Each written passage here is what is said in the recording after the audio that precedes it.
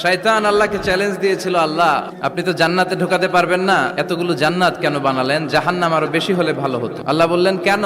শয়তান বলে, আল্লাহ এই সবগুলারে আমি ওয়াসওয়াসা দিয়ে মুনাফিক বানিয়ে নাস্তিক বানিয়ে জাহান্নামে ঢুকাবো।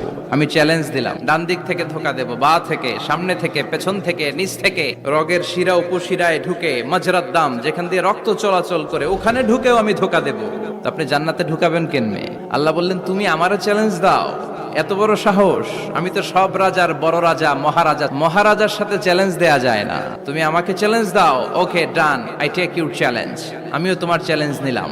তুমি আজীবন ধোকা দিবা, আজীবন তুমি গুমরা করবা, বেনামাজি বানাবা, জালিম বানাবা। কিন্তু আমার বান্দা কোনো তাফসীরুল কোরআনের মাহফিলে এসে কোন এক ওয়াক্তের নামাজে মসজিদে ঢুকে অথবা মাঝরাতে ঘুম ভেঙে গেলে তাহাজ্জুদের জায়নামাজে চোখের পানি ছেড়ে যখন ক্ষমা চাইবে, আমি সব গুনাহ মাফ করে দেব, তুই কি করবি? চিৎকার করে পড়েন আল্লাহু আকবার।